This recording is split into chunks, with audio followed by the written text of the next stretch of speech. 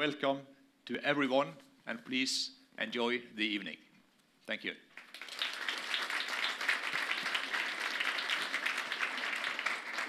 A dear tradition to us. It gives us a possibility to get really close to the laureates, and therefore it gives us a possibility to create a unique and thought-provoking portrayal of the new laureate. This year, the Nobel Peace Prize winner is an organization, which could mean a less personal exhibition.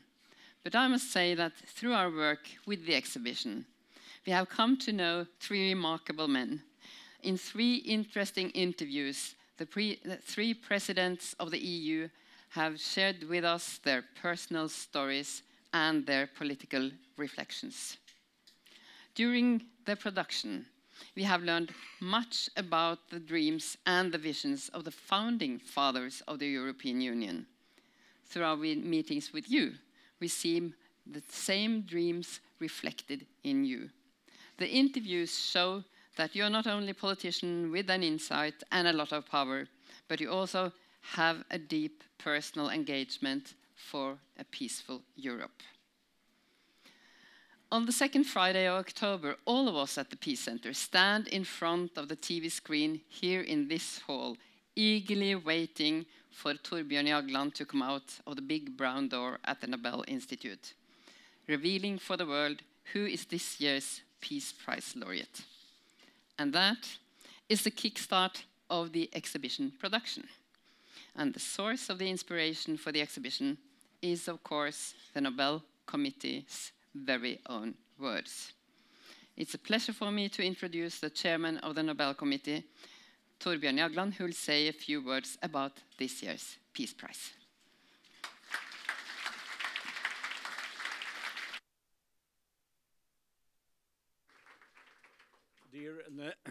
Dear Nobel laureates, dear Bent Eriksen, first of all, I would like to say that the Nobel Peace Center and you is a real success story. Which we on the committee appreciate very much, because it gives us a fantastic opportunity to reach out to a wider audience.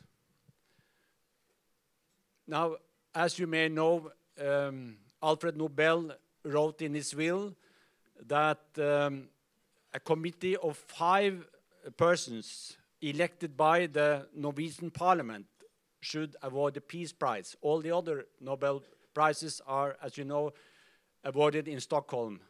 Only this one in Oslo, and we are, of course, very glad for that. And the process is very secret. Only 5 members, plus the director, are sitting around the table.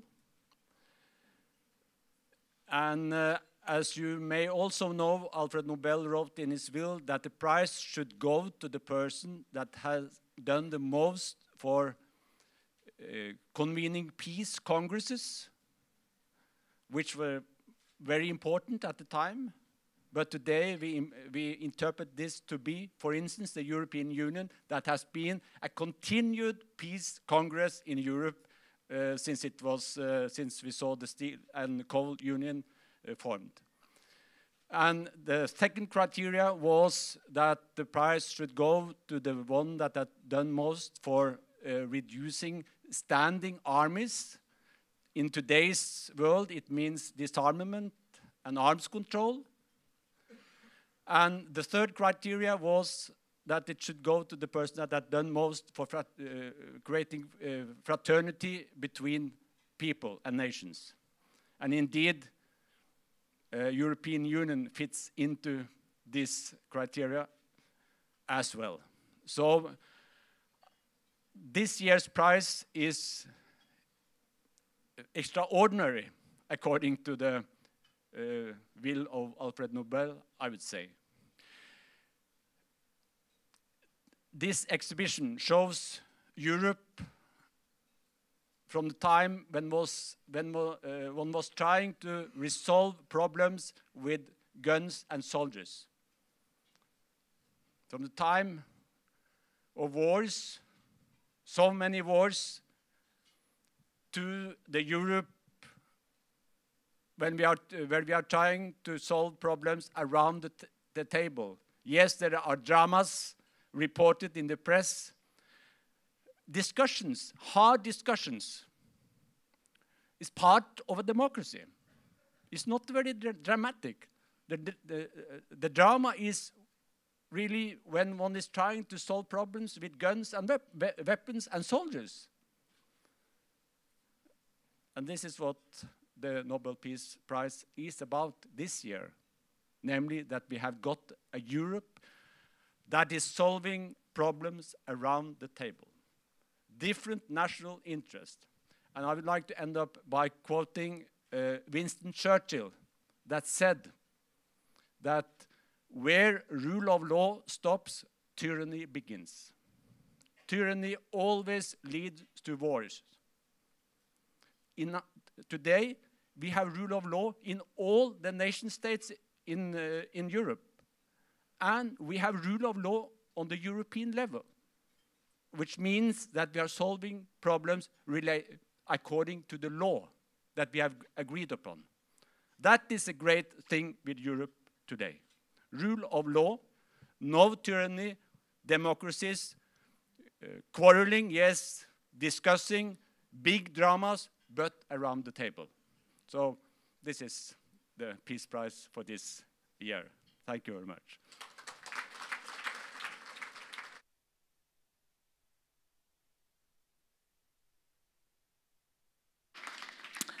Thank you, Torbjørn Jagland.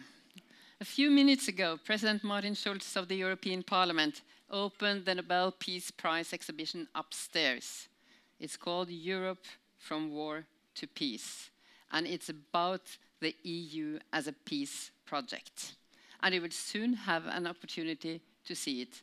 Everyone could go upstairs afterwards. But first, please welcome the two honorable presidents of the EU, President José Manuel Barroso and President Martin Schulz.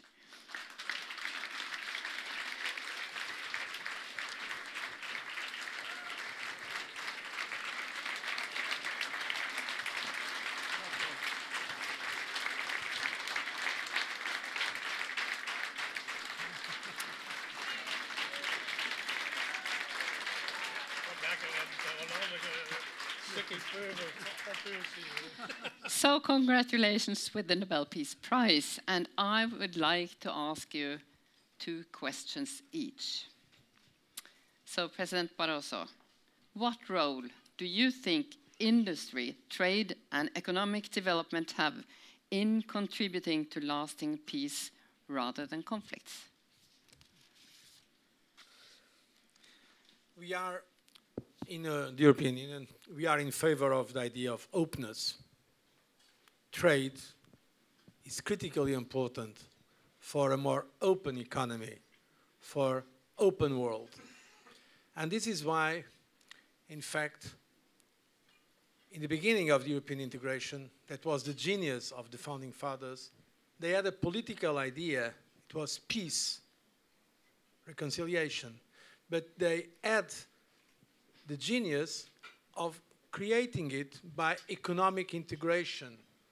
So the economy was there also to serve a higher goal, the goal of peace and reconciliation. So I really believe that trade, open economies are important for increasing exchanges in the world, putting people in contact. Because one of the threats we see in today's world is the threat of closing ourselves. Closing economically, with protectionism, politically, with narrow nationalism. That's why we are for open economies and open societies. But the same way, open societies need the rule of law, as you just said, because without the rule of law, we have anarchy and we cannot have a true democracy. Also in economy, we need some rule to avoid, for instance, the mistakes or what happened with some kind of behavior in the financial sector. This is why there is a strong parallelism between open societies and open economies, the need to have a proper rule of law for open societies and a proper level of regulation for the economy. This is why I believe that we pursue our economic goals with this spirit, respect for the others, with what we have said just yesterday, the responsible and solidarity attitude, principle of solidarity and responsibility, the economy, the industry. It's so important for the sustainability of peace in the world. And of course, an economy that can be socially sustainable, because inequality, injustice is not sustainable. This is why we have to address the problems of social injustice that exist in Europe and in the world. That is why in the Lisbon Treaty, the treaty that is now the charter of the European Union, there is the principle of social market economy. In fact, it comes from Germany, Sozialmarktwirtschaft.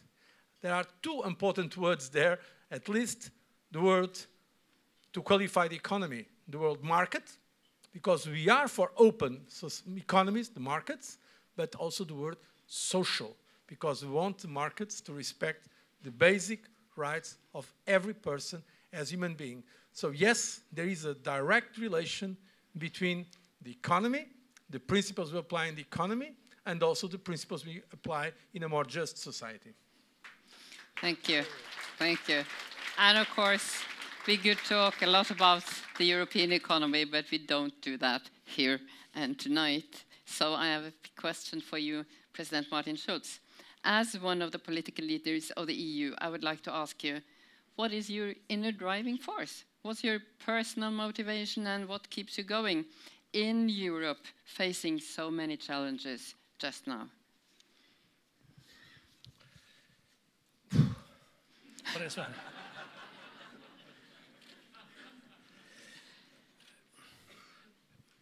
I have so much inner driving forces, I must try to control them. I think what your exhibition is showing is my inner driving force. My father was born in 1912 as a citizen of the German Reich of William II.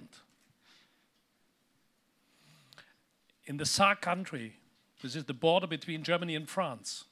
Saarbrücken on one side, Metz on the other side. And when he had 6 years, when he was 6 years old, he became a citizen of a French-occupied country. And he was a soldier of then the German army, of the Nazi army. My father was not a Nazi, but he was a soldier, and the farthest trip in his life he did. He went to Leningrad. 600,000 people died there. And from there he went back to France, and he was in the Normandy battle. He became a prisoner of war in France by the British army. And during this time he was once at home. And 9 months later my elder brother was born. And when my father came back from this, this is human life. And when my father came back, 2 years later, he had a son he had never seen and a wife who was in the cave of a destroyed house.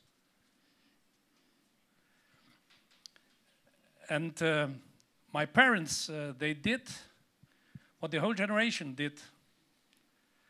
They created a democracy in Germany. They contributed. They were convinced Europeans because they thought Europe is the best way to prevent that could be repeated what we had to suffer as a young couple. And when my father was already an old man, he saw a thing he could never believe, an event,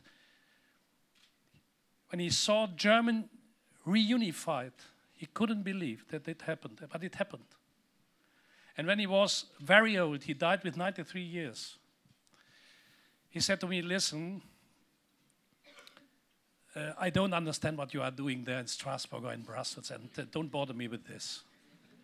But one thing I can tell you, if 1912, when I was born, such a thing like Europe would already exist, I had the privilege to live another life, my wife as well. And therefore, whatever you are doing there, this is right. This is my driving force. Would you like to add a few words about that? Would you like to add a few words about this?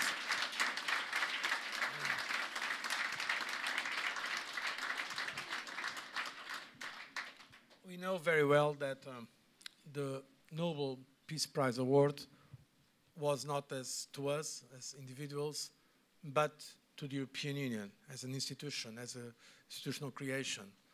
So that's why we usually don't want to speak about ourselves, but we believe it's important to share our personal experience as examples. As Martin Schulz told his experience as a German, let me tell you my experience as a Portuguese. Democracy came to my country in '74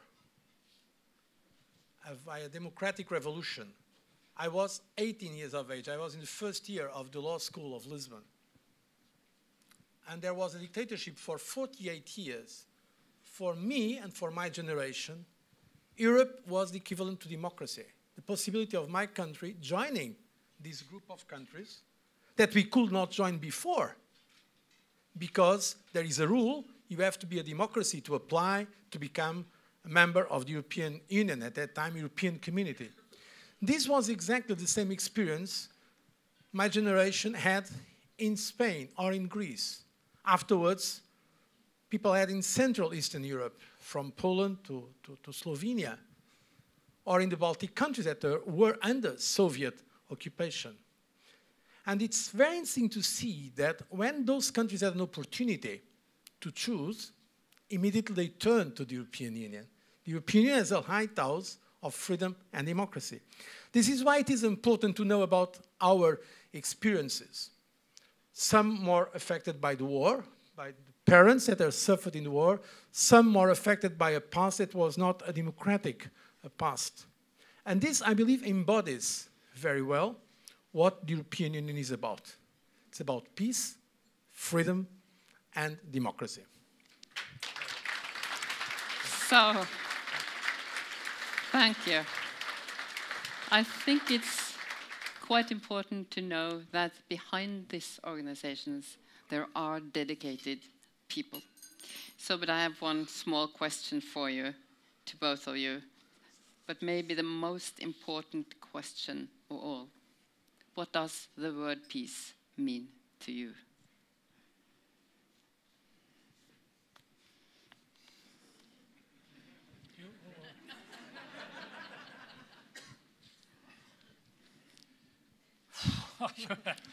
You raise. Start you. Okay, then you can think a little more. Yeah. I must always think longer than him. No, it's not because in fact I said it yesterday in the speech of acceptance on behalf of the European Union of the prize. Peace, of course, the obvious definition is absence of war. But I've quoted Spinoza, and I did it on purpose, because he said, peace is not only absence of war. Peace is a state of mind. It's a spirit of benevolence, of justice, of confidence. And I think this is my notion of peace. Peace is more than absence of war. It is a culture. A culture or a spirit of understanding the others, of being confident in our institutions, being confident in our values, in our principles. And it's, in fact, about justice. So, I'm sorry I don't give you my personal opinion, but I follow the opinion of one of the greatest minds ever, Spinoza. Spinoza was the son of a Portuguese Jew that had to escape Portugal at the time of the Inquisition. They went to France. They also had problems in France. Afterwards, they went to Amsterdam. another personal history. Because in fact, history, the macro history, is done of the aggregation of millions of personal histories. And this is interesting to know. That is why I think that definition of Spinoza of peace is one of the most beautiful and most accurate ones one can have.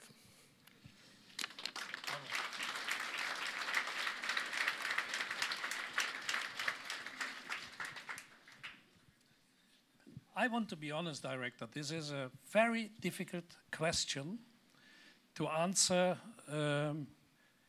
in the necessary short version. And to avoid the usual answers.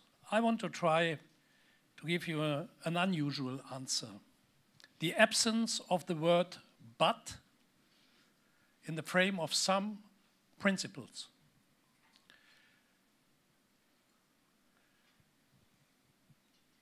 All Americans are nice people, but the Jews are an acceptable religion, but Norwegians are nice, but democracy is a good thing, but tolerance is necessary, but there are some major principles never should put in doubt with the word but. There is no but. Democracy is good because it is good. Mutual respect is good. Tolerance is good. There is no but. You can't say, I am tolerant, but. This is impossible. And therefore, the absence of but in some principles is the best way to guarantee peace. Thank you.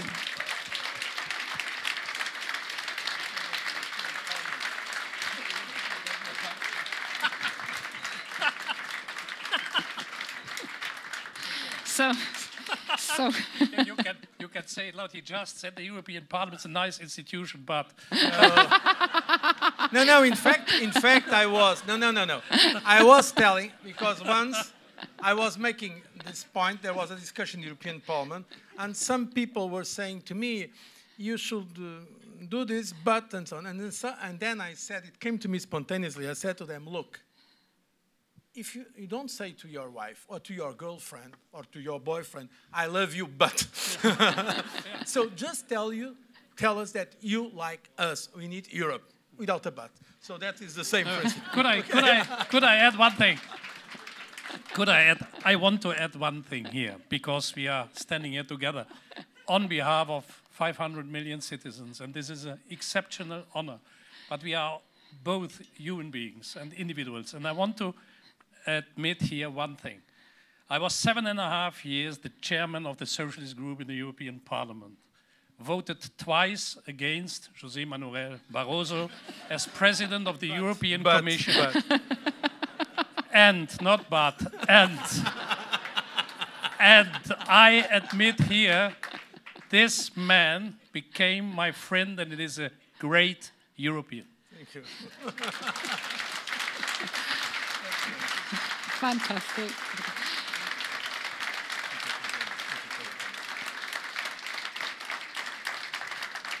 So I think with these personal words from the persons representing the Nobel Peace Prize laureates, thank you, thank you, thank you.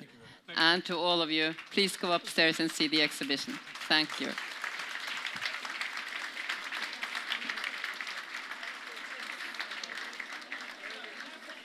And now, ladies and gentlemen, now I leave the floor to Hilde Louisa Asbjørnsen and her band, and enjoy the rest of the evening.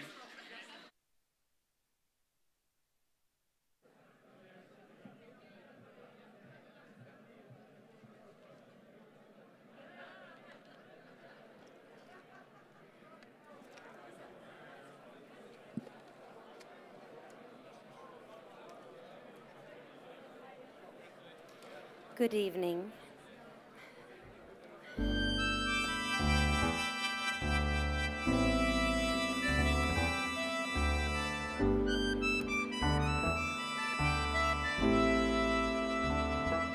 on n'a que l'amour à s'offrir en partage au jour de grand voyage qu'est notre grand amour. Quand on n'a que l'amour, mon amour, toi et moi, pour qu'éclate de joie chaque heure, chaque jour. If we only have love with our arms open wide, then the young and the old will stand at our side. If we only have love, love that's fallen like rain, then this parched desert earth will grow green again. If we only have love for the hymns that we shout, for the songs that we sing, we will have a way out.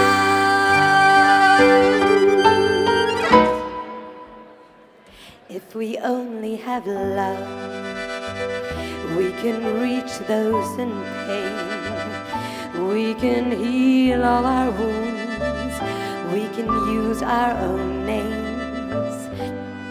If we only have love, we can melt all the guns and then give the new world to our daughters and sons.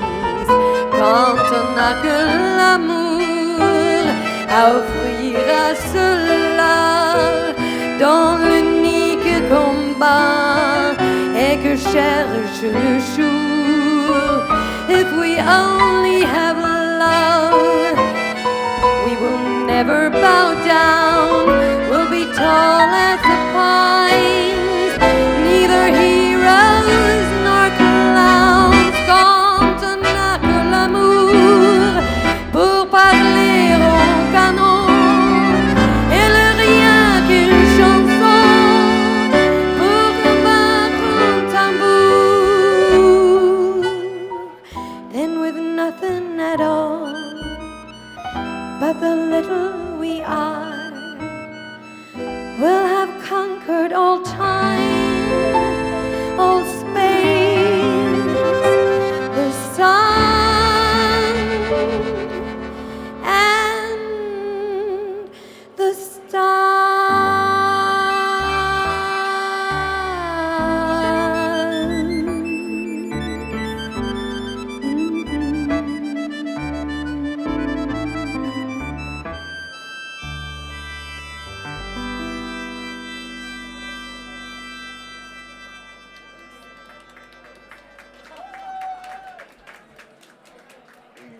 Merci.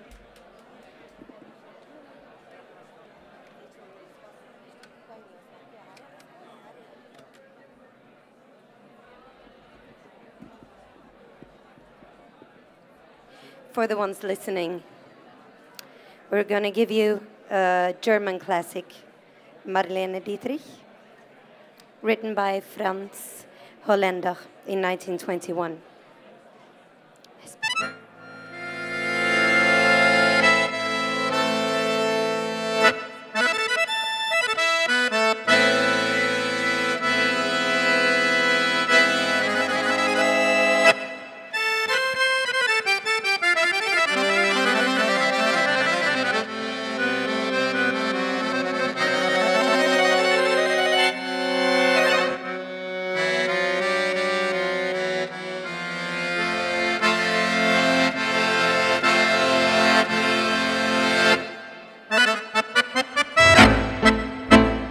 Johnny, wenn du Geburtstag hast, bin ich bei dir zu Gast die ganze Nacht. Johnny, ich träum so viel von dir, ach komm doch mal zu mir, nachmittags 3:30. Oh Johnny, wenn du Geburtstag hast und mich dein Arm umfasst, die ganze Nacht. Oh, Johnny, dann denk ich noch zuletzt, wenn du doch jeden Tag Geburtstag hast.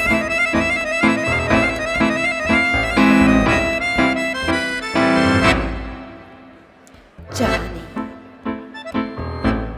wenn du Geburtstag hast, bin ich bei dir zu Gast die ganze Nacht. Johnny, ich träum so viel von dir, ach komm doch mal zu mir, nachmittags um 3:30. Johnny, wenn du Geburtstag hast und mich dein Arm umfasst, die ganze Nacht. Oh, Johnny, dann denk ich noch zuletzt, wenn du doch jeden Tag Geburtstag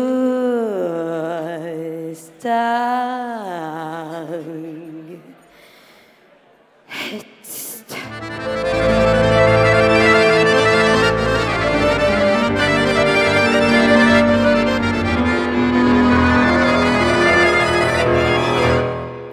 Johnny! Johnny! Johnny! Meow.